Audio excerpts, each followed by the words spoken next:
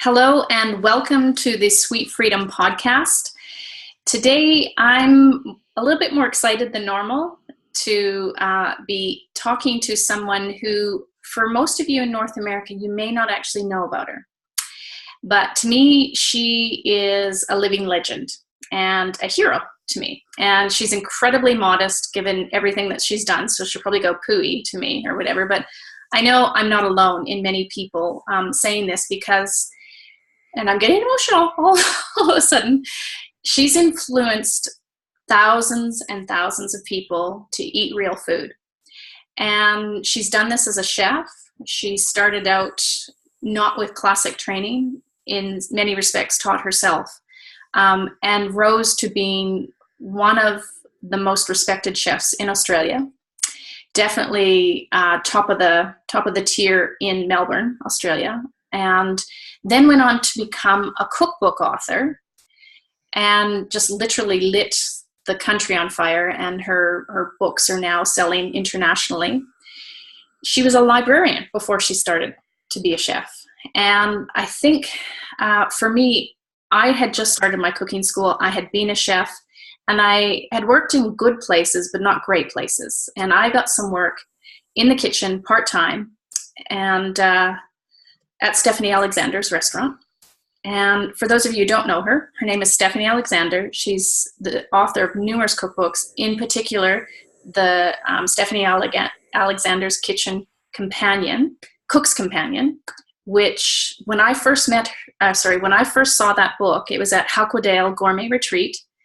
You had your first copy and you were showing us and you said, do you really think it's going to sell for $75? And we're all like, yes, of course it is. And of course, that is laughable now, considering how many copies have you sold of that book, Stephanie? 500,000, which is extraordinary. And it's extraordinary in North America. It's even more extraordinary in Australia, if you actually think about the numbers and the population. So it is extraordinary. And it's a book that everyone who has it, it's like it gets passed down generations. It's the joy of cooking, the recent, most modern version of that you pass down to your children and you use time and time again. So after all that, welcome, Stephanie, to the Sweet Freedom podcast. Thank you, Sherry. Lovely to see you after so long. Yeah, it has been a long time. And it's interesting because, in the field of cooking, you were always up on this pedestal and almost for people like me, scary to talk to, like, oh, should we say hello to her? That kind of thing. It's that kind of thing. And the other thing about you is that you're a no-nonsense person. There's no BS with you. Like, what you see is what you get. And I think sometimes, too, when you're coming up in the ranks, that's scary as well, when someone's really honest with you. And there's another piece that we intersected at a critical point in my life where we were both giving a talk at the Symposium of Gastronomy in Tasmania in Hobart in September of '99. And I had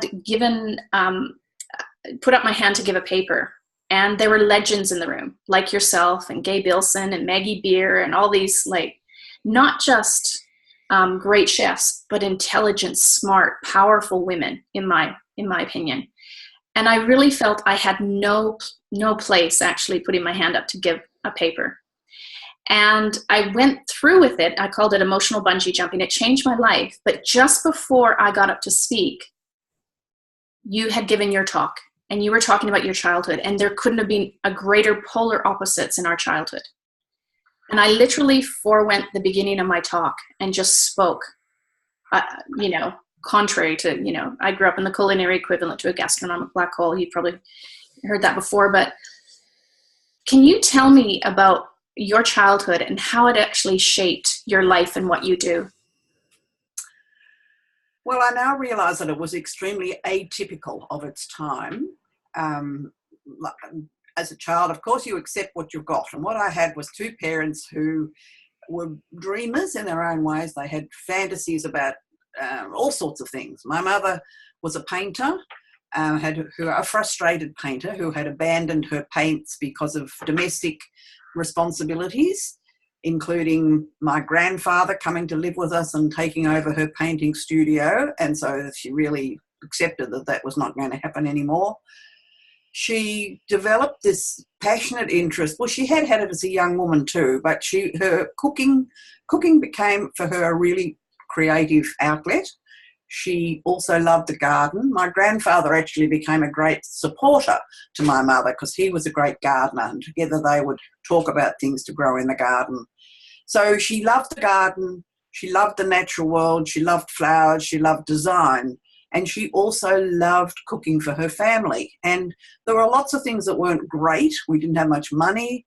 Both my brothers were severe asthmatics, so she had lots of broken nights of sleep. But through all of that, the thing that was her creative, the thing that kept her going, I think, in many ways, was this enjoyment of handling food and putting together a beautiful meal every night. And it wasn't fancy. That's the thing. It wasn't fancy, but it was real and it was thoughtful. There was always a reason why A went with B. And she was quite shy, and I'm very like her in that way, but we were both confident about what we were putting on the table. And she would always make a little, not so much a speech, but she would say, the reason I'm doing this is because of such and such. I was reading that Hungarians put caraway seeds in cabbage, so I thought I'd give it a go. What do you think? That sort of thing. And that was just the undercurrent of every night in my life. My father loved wine. He loved travel. He was a great reader of books. We were being always urged to look it up in the encyclopedia, Stephanie. Well, of course, now we wouldn't be saying that, but that's what we were said. So if you wanted to know something, and he had an incredible knowledge of world affairs, of world movements. They were very left politically. So the table, which was round and had been made by my father, was a very symbolic thing. There were 4 children, my grandfather, my parents, so 7 of us every night. And there were a lot of things happening around that table, a lot of arguments, a lot of laughter, a lot of disagreements, but also some amazing moments. And I think as I got older and invited school friends home to have a meal with us, their eyes would pop. And it was only then that I started to realise how different this was to the sort of food that was happening in other people's houses. And when I went to university and stayed in a residential college, I was genuinely, truly shocked by the food that was offered to what young women who we thought we were grown up. We were all of 18. And many of my closest friends were still my closest friends, but they had all been to boarding school, whereas I had just been to the local school and had come home every night for mum's food. They had boarding school food, and they kept saying, but this is so much better than boarding school. And I would be railing about food that had been cooked at 5 in the afternoon and put in a hot box and kept there for 3 hours and so on and so on. So increasingly I realised that I had the most amazingly privileged and precious childhood as far as a food education went. Mm. And it definitely, I can see how both your mother and your father shaped, who you are today. Mm. So the other thing I want to mention to people is after restaurant life, so after restaurants and your cookbooks really came, you were known by it, you started something called the Stephanie Alexander Kitchen Garden Foundation. And I just want to read you something because I recently connected with someone here in Canada.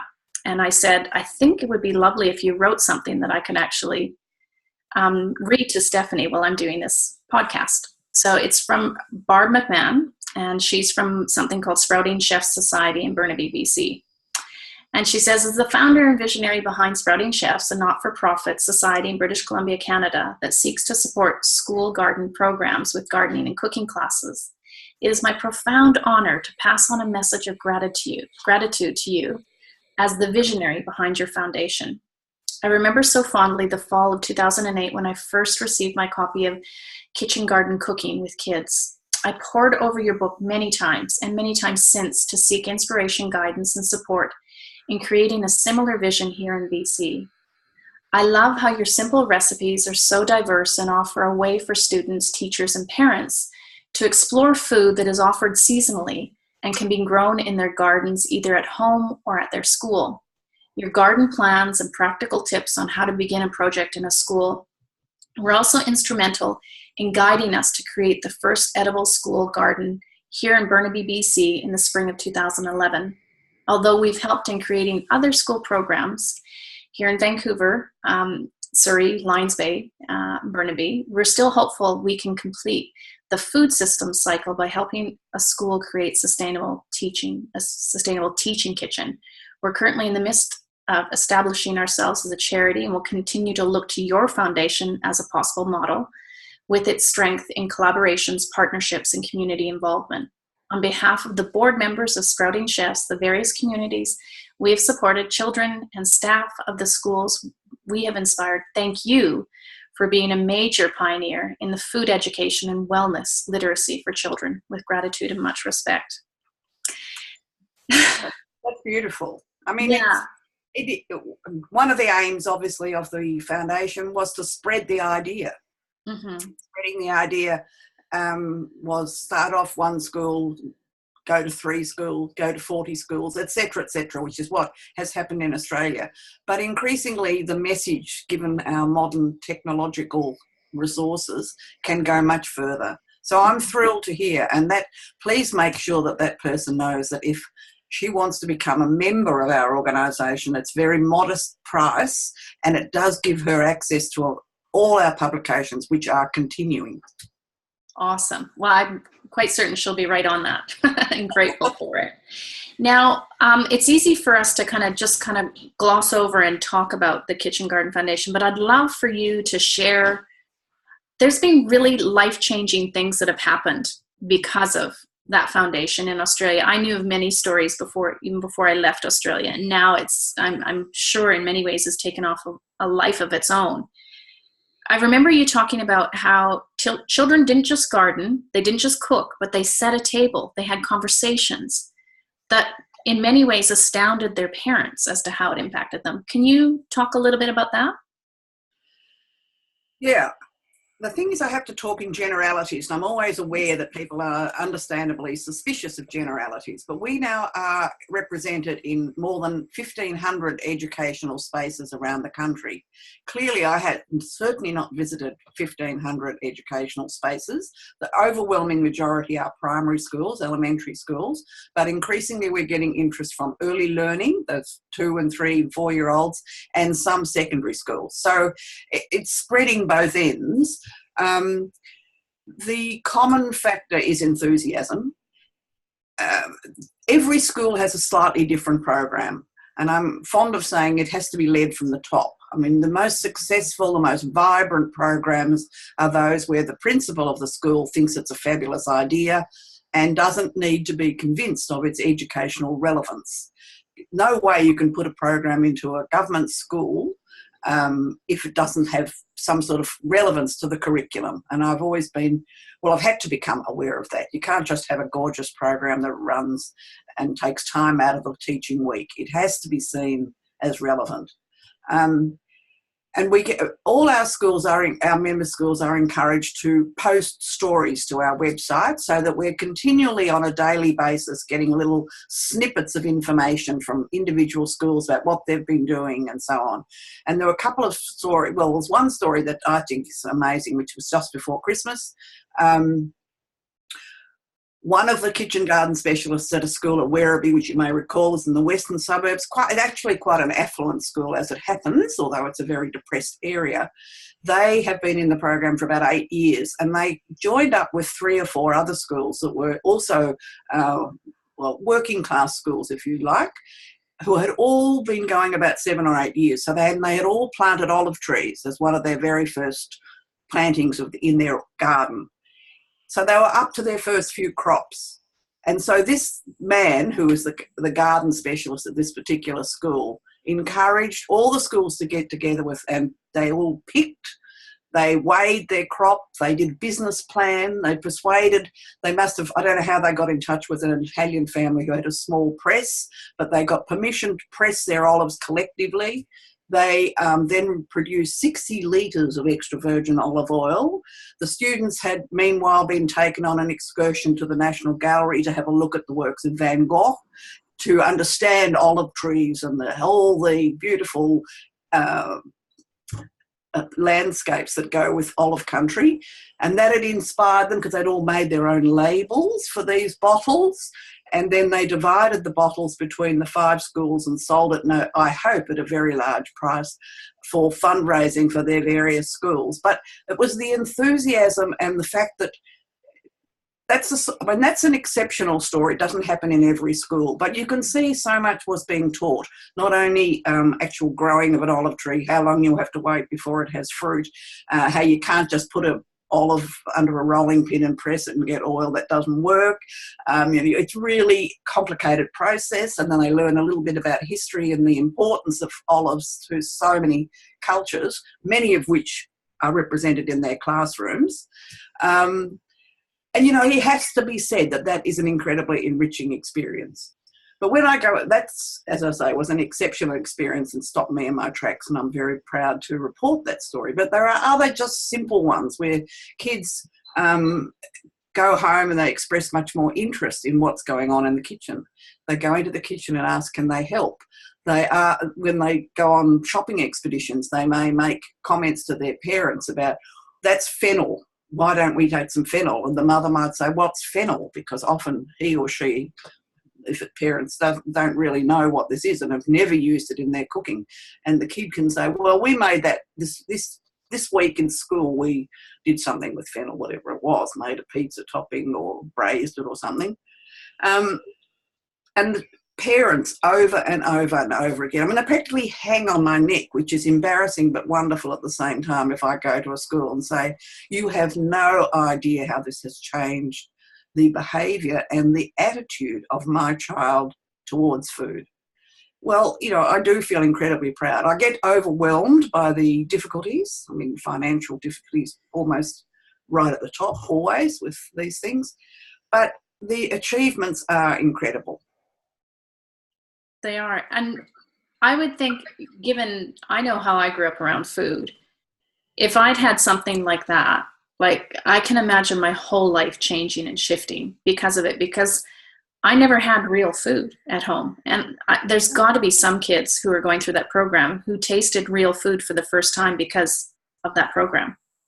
Well, and things like they love chopping, they love digging, they actually enjoy those activities. So when they're actually got some spinach in front of them, or more likely silver beet from the garden, because it's so easy to grow, and they're slicing it all up and then they're mixing it with ricotta and putting it inside some fresh pasta which they've made themselves, it somehow is a different message in their brain. They are not eating green vegetables, they are just having this beautiful rotolo or whatever it is, and the parents say, but they don't eat vegetables. And we say, well, they do eat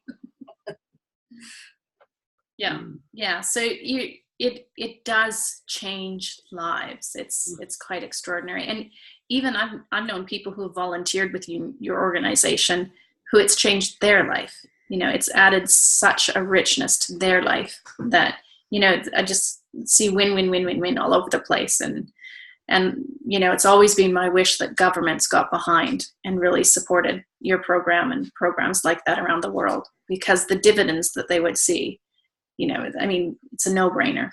Anyway. I'd have to say at that point, we have had considerable support from government, and we would always like more. Yes. But they have been supportive of our program. Little chunks of money have been injected into it, which have enabled us to sort of do a big expansion. At the moment, we're in a bit of a holding position, but we're also engaged in starting an evaluation of the program, trying to contact students who were in that program 10 years ago and see whether it's made any difference to their life now. Of course, that's the the holy grail, is to be able to say to government, look, the difference this has made, but too early to tell. Right. I just feel it will have made, I think that teenage years can get in the way of, might not become a high priority for a little while, but I believe that the influence that program has in a child's life is going to be with them forever. Absolutely. Well, it's the difference between, if you think about your childhood versus my childhood, I can't help but think how much more I could have done in the world. And, had I had that beginning. So anyway, that's kind of an aside. So I know that's coming. That's, to me, that's just a matter of happening. I've got an old cat who demands to be on camera at times and seen. Oh, that's fine. That's fine. I apologize for he's a bit of a star, so yeah. There you go. Okay, so the next thing I just wanted to talk about is in your kitchen, when you had Stephanie's. What I remember is you were an exceptional teacher, not just a chef, but you took time with your chefs, even the newbies and the part-time employees like myself. You actually took time and care to actually teach us and enrich us in a really no-nonsense, way. But it was deeply caring. One of the things you taught me about being in a kitchen was being present. Being present to a task and being present to the people that you're working for. It's almost like you emulated the servant leader.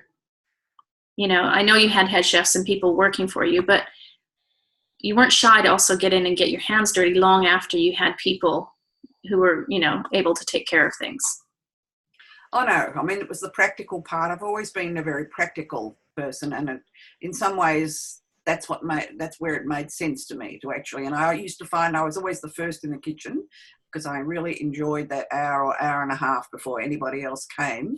One of the reasons I've got bad legs, I swear, is because I used to lift those giant pots down from up high shelves in the morning when I shouldn't have been doing that. But to chopping and peeling and planning and thinking and wondering how this dish is going to turn out, putting things together was a great pleasure. I enjoyed service. It was very exciting, the adrenaline, and we all know all about that, but of course it was very exhausting too. But in a way, it was the working with the team during the day, the actual mise en place, the getting everything together, the talking about what we were doing and why was the most exciting part for me. Right. The other thing that I learned from you that was life-changing in my teaching is I remember working for you and seeing how you source things with suppliers. And I used to often in my cooking demonstrations talk about how people will go to your restaurant and they will have a salad. And one of the things I remember you teaching was when you have just enough to coat the leaves and there's nothing left in the bowl, you've dressed the salad perfectly. Correct. But you sourced the leaves from farmers, and you were one of the first people to develop those relationships with farmers to actually develop a mesclun. And the mesclun that you would use for salads, there was a turgid, or is it turgid or turgid? There was like a vibrancy to that you don't see in the salad mixes. You used a specific oil, you used a specific salt. And so people would learn from you or go to a class and say, that was absolutely delicious. But when I went to replicate it at home, it didn't taste as good because they didn't have the understanding that you had such an intimate relationship with those suppliers to develop such good quality. And something as simple as the salt and the oil and the salad leaves made all the difference. They also needed to learn how to taste. Right. I think a lot of people who are learning by rote. There were 6 leaves, whereas I would never say there were 6 leaves. I'd just say that seems to be enough. Maybe we don't need that one, and that sort of thing. So that you need to learn how to taste, and you need to learn how to say enough's enough. Right. So of all the things that you've done, what would you most love to be known for? What's the legacy piece that's most important to you or precious?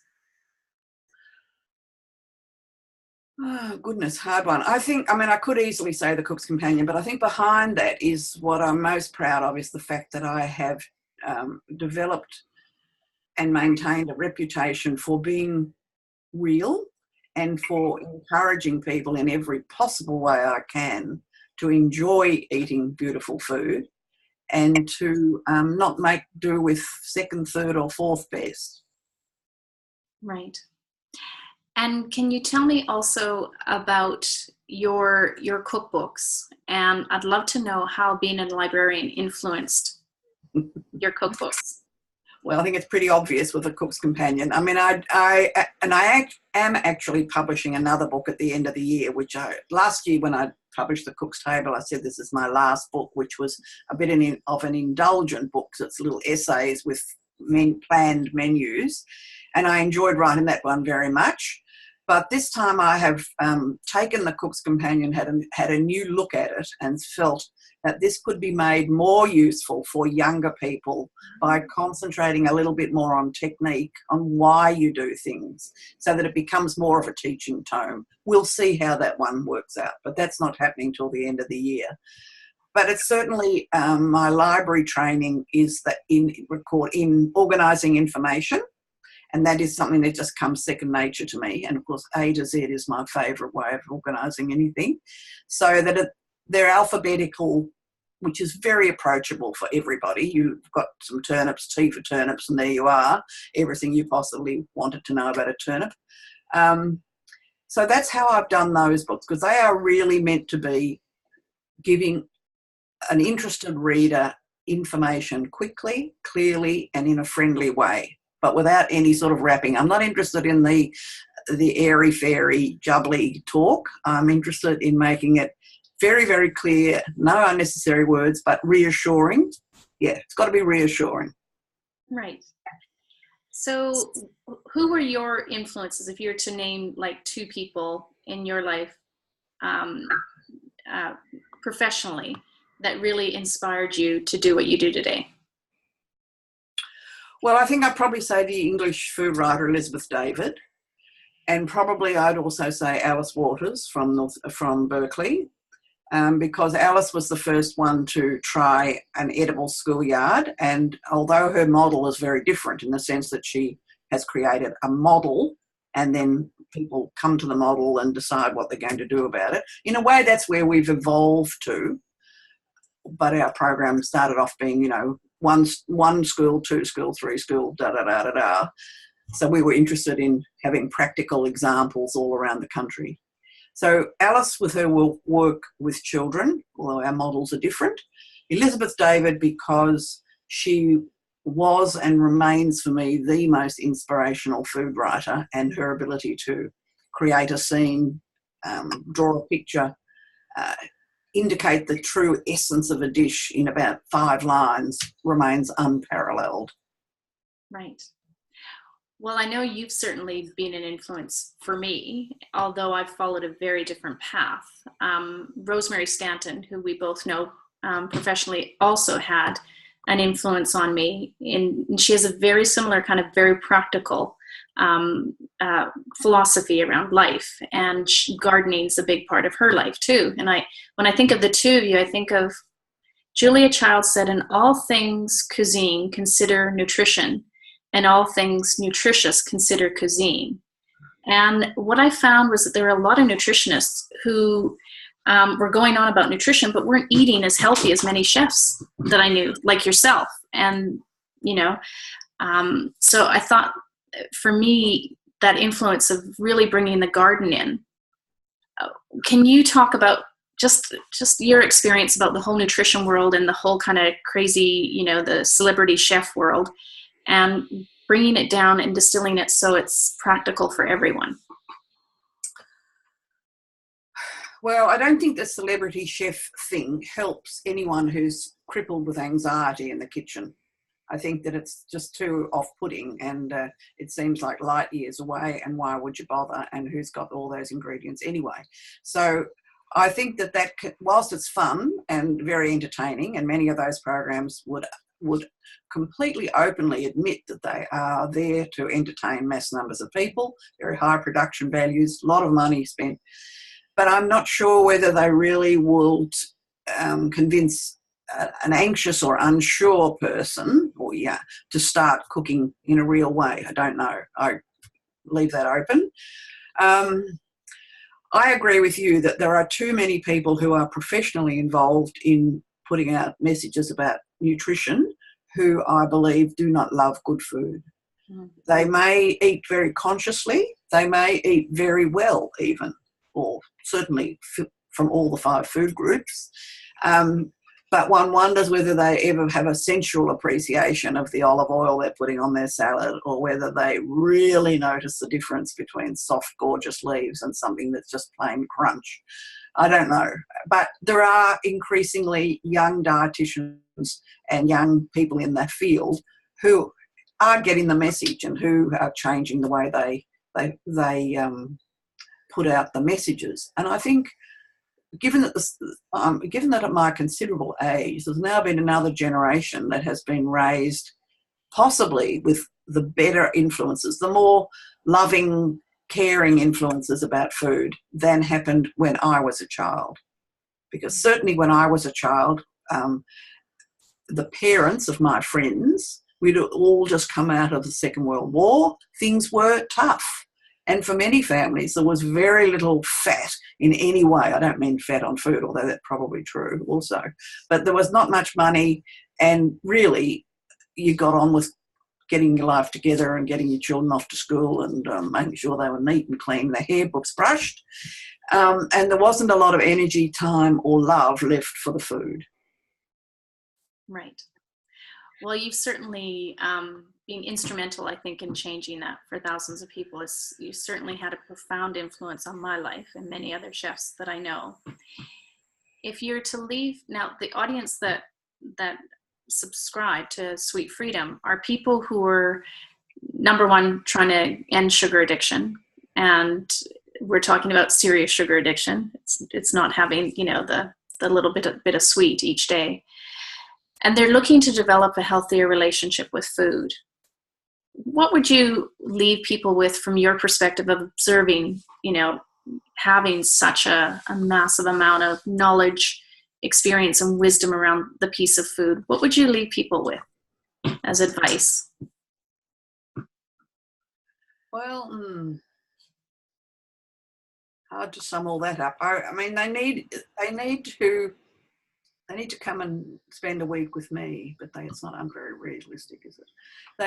They need to somehow make contact with people who do love food. So I think that is really important, to spend time or to share a meal with people who really love it, and somehow or other develop more interest in the ingredients that are making up their food, and never allow themselves to get too hungry, because we know that that's when the devil bites. And choose beautiful food, but for food that's delicious. I'd go for sort of European style food is my particular thing. It's not everybody's, but food that's got a history, food that has stories associated with it, and try to get where the people are who can tell you what the stories are. Right. So what's next for you, Stephanie? You mentioned the book at the end of the year. I think you're going on holidays. Yeah, I'm going to go on a holiday, which is nice. 2 weeks reading books and walking on the beach. That I'm looking forward to that. But I'd say the year will be more of the same. I'll still be working constantly with the CEO and the team at the Kitchen Garden Foundation to secure more support, to watch over the progress and visit as many schools as I possibly can, because that's what gives me the shot in the arm and keeps me doing it. Awesome. Well, anything any of us can ever do to support you in what you're doing, please, by all means, call on us, let us know.